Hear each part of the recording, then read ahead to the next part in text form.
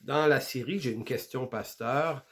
Pour la troisième fois, on va poursuivre dans le sujet du pardon, donc une troisième capsule sur ce sujet. Ce qui m'a motivé à poursuivre et même aussi conclure, c'était que si dans les deux premières capsules, on a exposé le problème le mieux possible, il serait intéressant de conclure, mais d'avoir des solutions aussi, des solutions qui soient aussi bibliques et qui éclairent notre chemin dans le processus du pardon qui peut être accordé à quelqu'un qui nous a offensé. D'accord? Euh, je vais vous lire un petit texte au tout début en disant: ce qui permet à une personne offensée de pardonner, c'est de redevenir suffisamment riche pour être en mesure de supporter, de porter, de transporter le prix qu'il en coûte de vivre avec les séquelles du mal qui lui est fait. Dans l'Ancien Testament, vous avez le mot NASA. Un des mots pour pardonner, c'est le mot NASA, comme la NASA. Et ce mot-là ne dit pas que le pardon, c'est l'oubli d'une faute, parce qu'on ne peut pas oublier une faute. On ne peut pas l'extirper de notre mémoire. Mais on peut, et le pardon, c'est comment on apprend à la supporter, à la porter, à la tenir. Elle est là. On ne pourra pas l'enlever. Mais comment on peut la supporter, la vivre et apprendre à vivre avec cette chose-là sans tenir rigueur à l'offenseur? C'est un peu l'idée. Et ça, c'est très important puisque ça va être au cœur d'une des grandes solutions qu'on va fournir dans cette capsule. Euh, j'ai reçu plusieurs témoignages, beaucoup d'encouragement aussi pour le tournage de ces deux premières capsules. J'en remercie tous ceux qui l'ont fait. Et dans les témoignages qui, eux, n'ont pas été publics, m'ont été envoyés en privé surtout, j'ai vu beaucoup de détresse. J'ai entendu, j'ai lu des choses qui m'ont ébranlé moi-même. Et ce que ça m'a fait voir, c'est à quel point nous, les églises, les pasteurs, les anciens, on doit réapprendre. On doit apprendre de l'Écriture comment gérer bibliquement les situations. Sinon, on a tendance à se débarrasser. C'est des situations qui sont inconfortables lorsqu'il arrive des tensions, des graves tensions dans nos églises, des injustices, des rejets. Et on a tendance à prendre des parties un peu rapidement. Et ce qui ressort beaucoup, c'est qu'on voudrait que les offensés pardonnent automatiquement et rapidement leurs offenseurs pour pouvoir passer à d'autres choses, comme si leur douleur nous dérange. Et on voudrait qu'eux prennent part à la restauration en faisant un pardon automatique, comme si la chose se pouvait. Et ce qui se produit, c'est que on fait pression sur eux et on ajoute à leur douleur une seconde douleur qui est celle de leur faire porter le fardeau d'être responsable maintenant. Si tu ne pardonnes pas, c'est pour ça que tu souffres. Donc, on ne lui dit pas, tu souffres parce que tu as été offensé, mais tu souffres également de ne point pardonner. Donc, si tu pardonnais, ça réglerait ton problème. Euh, c'est en apparence, c'est en apparence une solution intéressante, mais dans les faits, elle ne fonctionne pas vraiment bien si l'offenseur, lui, n'a pas reconnu sa faute. Donc, j'en démarre pas. Hein? L'offenseur doit bibliquement reconnaître sa faute pour permettre à l'offensé d'être décoincé, d'être libéré, lui, de son amertume et de sa colère. Sinon, ce dernier devra s'en remettre à Dieu, et c'est là qu'il y a d'autres chemins très intéressants que l'Écriture nous fournit. Je nous encourage donc à suivre un conseil de l'Écriture qui nous dit dans Romains chapitre 12 de pleurer avec ceux qui pleurent. Donc, lorsque des gens souffrent autour de nous pour diverses raisons, la première étape de notre accompagnement, c'est de pas d'interpréter à tout prix leur douleur, de vouloir y mettre un sens, notre sens. Un peu comme les amis de Job, finalement, ont voulu faire en disant, ben voici Job, si tu souffres, si t'arrive ça, c'est pour telle raison. Et Dieu les a traités d'insensés, les mauvais amis de Job. Il aurait été plus utile que ces hommes-là accompagnent Job dans sa douleur et se la ferment. Sinon, que pour encourager Job. Mais ça, c'est quelque chose qui est difficile à faire. Comme je vous dis, lorsqu'une personne souffre autour de nous, on essaie toujours de solutionner sa souffrance par des mauvais conseils et on devrait plutôt l'accompagner concrètement en l'aidant concrètement. Vous voyez, dans 1 Corinthiens 12, versets 24 à 26, l'apôtre disait, et si un membre souffre, tous les membres souffrent avec lui. Vous savez, cette idée dans une église de partager la souffrance de ceux ou de celui ou de celle qui souffrent. C'est très intéressant. Et si un membre est honoré, que tous les membres se réjouissent avec lui. Donc, si on peut partager la joie d'une personne honorée, pourquoi on ne pourrait pas partager les souffrances de ceux qui souffrent? C'est ça qui est intéressant. L'autre chose que l'Écriture nous dit, c'est l'importance de l'intégrité. Dieu est un Dieu juste qui appelle ses enfants à vivre de manière juste. Dieu aime rendre justice à ses élus et nous demande de manifester de l'intégrité dans nos rapports avec les autres. C'est-à-dire que l'idée de la justice, c'est de ne pas prendre parti automatiquement, par préférence, par copinage, mais celui qui sait être juste va regarder plus loin. Souvent, on va aller s'informer à l'un des deux de ce qui est arrivé, mais on ne va pas voir l'autre. On croit ce qui a été dit contre l'autre et on adhère à ça. Et ça, c'est un manque d'intégrité, c'est un manque de justice. On devrait toujours regarder l'autre côté, le discours de l'autre, et peut-être que ça nous amènerait une réflexion différente. Donc, l'importance de l'intégrité de la justice est très intéressante. D'ailleurs, dans l'histoire de Luc 18, là, vous avez le juge Génique, là, qui est une parabole à partir de laquelle on ne se bâtit pas des théologies, mais cette vieille femme qui allait cogner à la porte du juge, que le juge ne voulait pas répondre, s'est laissée éventuellement importuner par elle, puis a répondu à sa demande. Et cette parabole-là, elle voulait éclairer cette idée. Et Dieu ne fera-t-il pas justice à ses élus qui crient à lui jour et nuit? Et ne tardera-t-il pas le regard? Je vous le dis, il le fera promptement justice. Donc, l'idée de faire justice contre un oppresseur fait partie des intentions de Dieu. Lorsqu'un enfant de Dieu est attaqué par une situation, il ne peut peut-être pas de lui-même s'en défendre, mais il y a en haut un Dieu qui prend soin de lui, qui prend soin de nous lorsque ça nous arrive. Donc Dieu est près de ceux qui ont le cœur brisé. D'ailleurs, si vous lisez dans Matthieu chapitre 5, les premières parties du texte merveilleux sur les béatitudes, il est écrit « Heureux ceux qui se reconnaissent spirituellement pauvres, car le royaume des cieux leur appartient. Heureux ceux qui pleurent, car Dieu les consolera. Heureux ceux qui sont humbles, car Dieu leur donnera la terre en héritage. Et regardez bien, heureux ceux qui ont faim et soif de justice, car ils seront rassasiés. » Donc, avoir faim et soif de justice parce que injustice a été commise contre nous, ça ne laisse pas Dieu indifférent. Et ça, c'est un des processus pour une personne offensée qui est important de comprendre, parce que ça évite de vouloir se venger soi-même. C'est de savoir laisser Dieu agir dans la situation. Donc, il y a deux grandes solutions. Il y en a peut-être plus que deux, mais moi, je vous en suggère deux que l'Écriture montre de façon assez éloquente. La première solution pour se dégager du fiel amer, c'est de s'éloigner le plus possible de sa propre méchanceté. Pas de la méchanceté de l'autre, de sa propre méchanceté.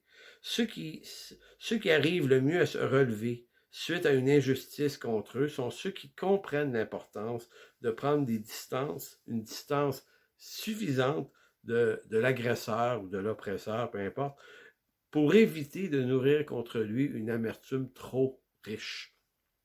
Si vous êtes amer contre quelqu'un qui vous a blessé, vous êtes juste un humain normal. Donc, vous n'avez pas une réaction pas normale. On ne peut pas vous culpabiliser. Vous avez mal, vous avez soif de justice, soif de vengeance. Maintenant, si vous n'avez pas un Dieu comme le Seigneur Jésus-Christ sur qui compter, vous risquez vous-même de chercher à vous faire justice. Évidemment, on est dans la normalité des choses.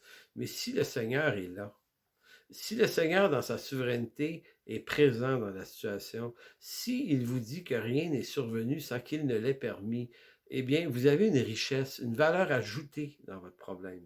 Il y a un problème, il y a un agresseur, il y a une victime, mais il y a Jésus, il y a Dieu aussi dans ça. Donc, le problème prend une nouvelle dimension, une nouvelle valeur. En fait, il prend la valeur de la présence de Christ au milieu du problème. Comme disait Claudel, Dieu n'est pas venu régler la souffrance, il n'est pas venu l'expliquer, il est venu l'habiter. Il est venu habiter notre souffrance.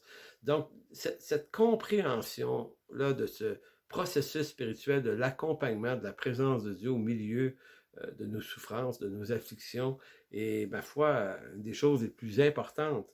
Donc, ce qui est intéressant, c'est ici, c'est de dire, bon, ben, puisque je souffre, je suis amer, je suis, bref, tous ces sentiments-là qui peuvent être extrêmement destructeur, s'éloigner de la situation, ça devient une façon de calmer le jeu dans son propre cœur, s'éloigner de ceux qui ont commis le tort. Donc, le problème des gens blessés est que le risque d'exposer, c'est qu'ils se risquent de s'exposer eux-mêmes à leur tour, à leur propre méchanceté, et leur propre méchanceté comme processus de vengeance. Donc, que dit le psaume 37 là-dessus? Recommande ton sort à l'Éternel, mets en lui ta confiance et il agira. Il fera paraître ta justice comme la lumière et ton droit comme le soleil à son midi. Garde le silence devant l'Éternel et espère en lui. Ne t'irrite pas contre celui qui réussit dans ses voies, contre l'homme qui vient à bout de ses mauvais desseins. Laisse ta colère, abandonne la fureur. Ne t'irrite pas, ce serait mal faire. Donc, c'est David qui nous dit ça. Et on sait pourquoi David a écrit ce genre de psaume, parce que c'était pas une théorie, ça, pour lui. Il a dû fuir devant son oppresseur, qui était Saül. Il y a eu beaucoup d'ennemis, il faut dire aussi David. Donc, David avait compris que l'éloignement était une bonne façon d'éviter de nourrir. Dans la proximité de l'oppresseur, là, on nourrit une amertume, on a des moyens de vengeance, mais la distanciation, elle, calme le jeu. Ça règle pas tout, mais c'est déjà un début de solution. D'ailleurs, si vous connaissez bien votre Ancien Testament, notamment le premier livre de Samuel, vous avez David au chapitre 24 et au chapitre 26. Dans ces deux chapitres-là, à deux reprises, David était exposé à la possibilité de se venger contre Saül le roi, qui était un oppresseur pour lui, vraiment, qui le poursuivait avec folie, là, avec rage. Et David aurait pu tirer vengeance. À deux reprises, même les serviteurs de David lui disaient, regarde, ici, là, David, c'est l'Éternel qui livre ton ennemi entre tes mains. Et David se refuse en disant, non, non, non, c'est pas à moi de tirer vengeance. De plus que cet homme-là est un roi et dans la fonction du oint de l'Éternel, une figure de Christ, il dit, c'est certainement pas moi qui va toucher au oint de l'Éternel. Donc, vous voyez que David a probablement envie, il est un homme, il a envie de se venger, mais il y a quelque chose de plus fort en lui. Qu'est-ce qui est plus fort en lui qui ajoute à l'équation de ne pas tuer Saül? C'est qu'il comprend que Dieu fait partie de cette équation-là. Donc, je ne vais pas embarrasser une équation si désagréable qu'elle est pour moi. Je vais quand même comprendre que Dieu est en train d'agir ici. Et effectivement, il fut un temps où Saül est mort et David a reçu les effets d'une promesse qui lui avait été faite plus jeune, comme quoi il deviendrait le futur roi d'Israël. Et c'est arrivé, mais c'est arrivé par la main de Dieu et non pas par sa propre main. Donc, ça sera en quelque sorte le premier processus qui devrait gérer nos cœurs et nos pensées lorsqu'on est gravement offensé.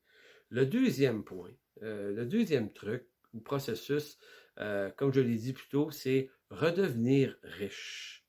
Je m'explique. Si vous êtes une personne très riche, vous possédez une belle grande maison avec plein d'objets autour, je sais pas moi, un bateau, des voitures, tout ce qu'il vous faut, là, et que vous vous faites voler, si vous êtes riche, vous pouvez regretter, trouver ça malheureux que vous êtes fait voler, mais vous êtes capable, par votre richesse, de racheter rapidement les choses que vous êtes fait voler. Une semaine ou deux après, passer à d'autres choses assez vite. La richesse permet de passer à d'autres choses.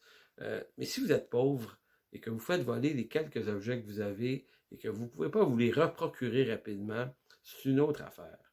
Maintenant, on pourrait comparer une offense qui est faite à un phénomène de richesse, de pauvreté aussi. C'est-à-dire que lorsqu'on vous fait quelque chose, comme si on vous volait, on vous arrachait quelque chose.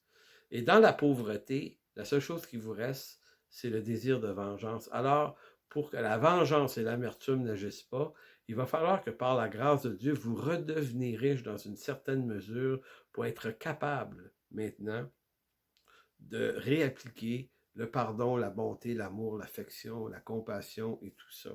Et vous allez voir qu'à travers la vie de Joseph, c'est bel et bien ce qui est arrivé. Donc, si on parle de Joseph, là, vous voyez Genèse 37, on ne lira pas tous les textes, ça serait trop long, mais en résumé, il y a 4 phases dans la vie de Joseph. Il y a celle de sa jeunesse du jeune homme riche qui vit chez ses parents, hein, avec Jacob et son père et ses frères.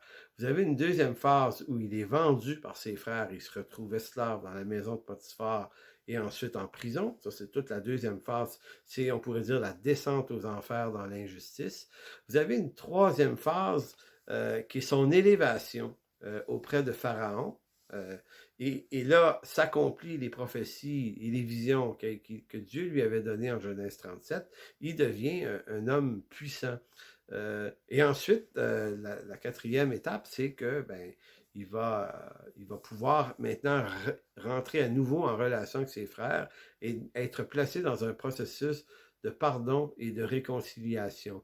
À ce qu'il me paraît, les deux vont de pair. C'est un processus, mais les deux s'accompagnent. On pardonne et on se réconcilie à la fois. Ça ne veut pas dire que la confiance est rebâtie aussitôt, mais ça veut dire que le processus est enclenché autant dans le fait qu'on pardonne. C'est parce qu'on pardonne qu'on peut se réconcilier. On ne peut pas se contredire là-dessus. Donc, quand vous regardez Joseph au départ dans Genèse 37, c'est un jeune homme riche de beaucoup de choses. D'abord, riche d'une prospérité matérielle, puisque Joseph avait pour parent Jacob. Et Jacob, il vient d'une famille, d'une lignée, d'un héritage qui était matériellement très important de par son père Isaac et son grand-père Abraham, en fait son arrière-grand-père Abraham. Ce qui était très intéressant, c'était de voir que c'était des nobles, c'était des grands seigneurs, ces gens-là. Donc, il est matériellement riche. Il est également spirituellement riche, puisque Dieu dépose en son cœur deux visions. C'est pas n'importe quoi d'avoir des visions et un appel aussi riche que celui de régner sur la terre, éventuellement. Riche, donc, de cette façon-là. Et il est aussi riche sur le plan affectif. Il est aimé de ses parents, et notamment un peu trop peut-être, ou un peu mal par Jacob, qui le préférait à ses frères. Donc, vous avez un jeune homme riche qui, du jour au lendemain, par la jalousie et la méchanceté de ses frères, perd tout, alors que ceux-ci le vendent, lui, à une caravane d'Ishmaélites qui l'amène en Égypte. Et du jour au lendemain, cet homme-là, Joseph, perd tout. Il perd tout. Il perd ses parents, il perd sa famille, il perd ses richesses, il perd sa liberté, son confort, l'affection des gens. Il perd tout, tout, tout. Il devient pauvre. Et on peut penser que Joseph, au début de sa vie, est riche de beaucoup de choses, mais est profondément immature aussi. Donc, il est immature, riche, mais immature. Et là, on voit un processus que Dieu fait dans sa vie. C'est pas Dieu qui fait en sorte que Joseph soit vendu par ses frères. C'est la méchanceté des frères qui fait ça. Dieu ne tente personne au mal. Mais puisque eux le font, Dieu sait concourir toutes choses au bien de ceux qui l'appellent. Et Joseph est un appelé. Et de tout ce qu'on a pu enlever, voler à Joseph, il y a une seule chose qu'on ne pouvait pas lui enlever, et Joseph le sait, c'est Dieu. Donc, Joseph devient pauvre de toutes les façons possibles, mais il reste riche d'une présence de Dieu avec lui. Alors, on nous dit que la maison de Potiphar a prospéré sous la bonne main de l'Éternel dans la vie de Joseph. Et lorsque Joseph est faussement accusé et envoyé en prison, la bonne main de Dieu est toujours sur lui en prison. Donc, Joseph se refait une richesse d'abord par Dieu. Et c'est cette richesse en Dieu qui lui permet de passer à travers. On peut pas.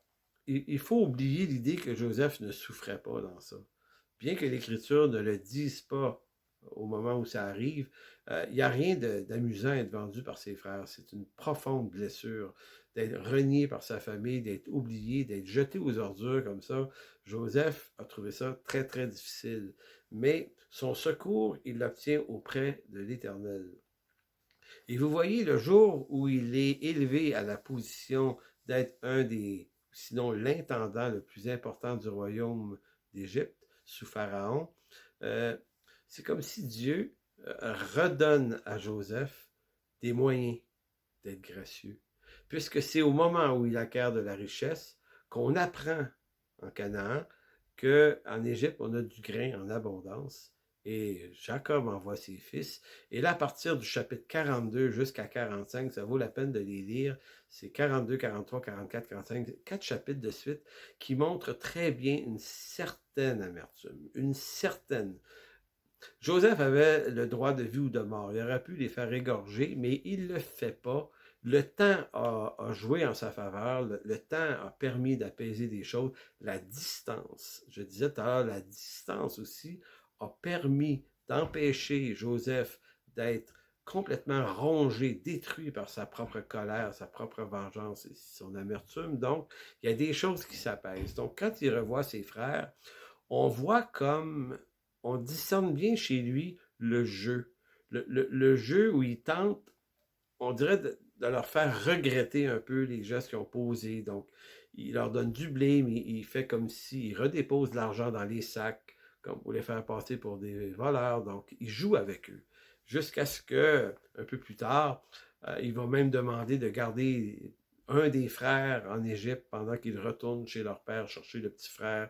Donc encore là, et là, vous voyez le début d'un aveu de la faute. Il se passe quelque chose dans le chapitre 45, c'est que ses frères commencent à se rendre compte qu'ils sont affligés à cause du mal qu'ils ont fait à Joseph, bien qu'ils ne reconnaissent pas que c'est Joseph qui est l'intendant qui fait face à eux.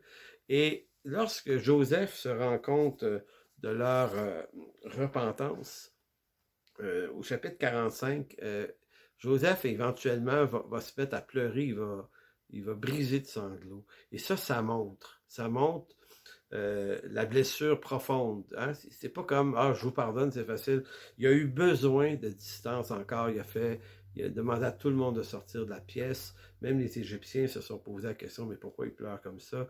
Donc, il y a comme, on dirait, une certaine évacuation émotionnelle là, de la part de Joseph. Il a besoin de ce moment-là pour être capable de rebondir un peu plus loin et de dire à ses frères « Je suis Joseph », leur dit-il. Hein? Quel étonnement. « Je suis Joseph », leur dit-il, que vous avez vendu pour être amené en Égypte. Et maintenant, ne vous tourmentez pas et ne vous accablez pas de remords de m'avoir vendu comme esclave. C'est pour vous sauver la vie que Dieu m'a envoyé devant vous. Cette phrase-là témoigne de la richesse, le réenrichissement du cœur de Joseph auprès de Dieu. Donc, c'est pas à des hommes à mettre un sens sur la souffrance de Joseph, c'était à Dieu de mettre dans le cœur de Joseph un sens à tout ce qui s'était produit. Et le sens était que, regarde Joseph, je t'appelais à régner, à sauver le monde à travers des grandes famines. Il fallait que tu viennes en Égypte. Maintenant, tes frères t'ont vendu, mais moi, l'Éternel, ça ne m'a pas empêché d'accomplir mes desseins à ton endroit. Donc, je me suis juste servi de leur méchanceté et j'ai récupéré tout ça et je l'ai tourné en bien pour ton avantage, Joseph. Donc, le Dieu dans l'équation de nos problèmes, c'est là toute notre délivrance. À la limite, c'est là notre joie, puis c'est même là notre action de grâce, puisque on n'est jamais, mais jamais abandonné par Dieu. Si même on était coupable, à la limite, Dieu est un Dieu riche en miséricorde et en bonté. Donc, au verset 7, il va leur dire encore, Dieu m'a envoyé devant vous pour faire subsister sur la terre et pour vous garder en vie par une très grande délivrance. C'est pourquoi ce n'est pas vous qui m'avez envoyé ici, mais c'est Dieu. Il m'a élevé au rang de père pour le Pharaon, faisant de moi le maître de toute sa cour et le dirigeant de toute l'Égypte. Je vous disais un peu plus tôt, redevenir riche à nouveau, ça permet de redevenir généreux à nouveau, ça permet de redevenir bon, gracieux et toutes ces choses. Tout comme Job, à la fin de sa vie, qui est redevenu riche à nouveau, a pu redevenir généreux, bon et compatissant, mais avec une donnée de plus dans l'équation, il va dire, Job, j'avais entendu parler de toi, maintenant mon œil t'a vu. Donc, le réenrichissement et l'acquisition d'une richesse encore plus grande que celle qu'on a perdue, parce que la bonté de Dieu vient multiplier la bénédiction. Parce que, je le redis encore, on peut tout vous voler, on peut tout vous enlever, on peut vous maltraiter, on peut faire plein de choses, mais on ne peut pas vous enlever la vraie source de la bénédiction, qui est Dieu. Donc, quoi qu'il arrive, Dieu est avec vous. Le pardon final de l'histoire de Joseph est arrivé au chapitre 50, 5 chapitres plus loin. C'est après la mort de Jacob que les frères de Joseph se sont dit, oui, mais maintenant que notre père est mort, maintenant qu'on est allé l'enterrer dans le pays de Canaan et qu'on est retourné en Égypte, qu'est-ce qui empêcherait notre frère Joseph d'être sans scrupule à notre égard? Et là, alors ils envoyèrent un messager pour dire à Joseph, avant de mourir, notre père nous a donné cet ordre. Vous demanderez à Joseph qu'il veuille bien te prier de nous pardonner, du mot nasa dans l'hébreu. Pardonner nasa. Nasa veut dire supporter, porter la faute. Donc ici, le mot pardonner, c'était pas oublier, faire comme si rien n'était arrivé. Non, eux sont repentants, puis ils ont des bonnes raisons, ils ont peur aussi, mais ils vont dire pardonne la faute qu'on a fait. En d'autres mots, si ça te fait mal, puis ça te fait encore mal, Joseph, pardonne-nous au sens de apprends à la porter et à la supporter parce que il est trop tard. Cette gaffe-là, là, on l'a faite. On ne peut pas l'effacer, tu ne peux pas l'oublier, mais tu peux décider de la supporter de telle sorte que tu ne nous en feras pas, tu n'exerceras pas ton droit de vengeance sur nous. Donc, et je te prie, pardonne le crime de tes frères et leurs péchés, car ils t'ont fait beaucoup de mal. Oui, je te prie, pardonne maintenant la faute des serviteurs de Dieu, de ton père Jacob. En recevant ce message, que fait Joseph? Il s'est mis à pleurer. Ses frères vinrent en personne se jeter à ses pieds en disant, nous sommes des esclaves. Et ça ressemble aux visions de Genèse 37, des gerbes qui allaient se prosterner en terre devant lui. Hein? C'est étonnant. Mais Joseph leur dit, n'ayez aucune crainte, je suis à la place de Dieu. Vous aviez projeté de me faire du mal, mais ce que vous m'avez fait, Dieu l'a projeté d'en faire du bien, en vue d'accomplir ce qui se réalise aujourd'hui pour sauver la vie d'un peuple nombreux. Maintenant donc, n'ayez aucune crainte, je pourvoirai à vos besoins, ainsi qu'à ceux de vos enfants après vous. Ainsi, il les rassura et leur parla avec affection. C'est merveilleux ce texte-là parce que c'est cette idée de l'enrichissement. Redevenir riche à nouveau, mais riche d'une présence de Dieu, d'une compréhension de l'œuvre de Dieu et de savoir comment Dieu va agir en notre faveur. Donc, pour ceux qui ont été blessés, pour tous ceux qui peuvent avoir été agressés de toutes les façons possibles, votre solution se trouve dans une relation avec Dieu et non pas dans l'exercice d'une vengeance personnelle. Donc, c'est sur ces quelques mots que je conclus cette série sur le pardon. Alors, merci beaucoup d'avoir pris le temps d'écouter ces capsules et que Dieu vous bénisse.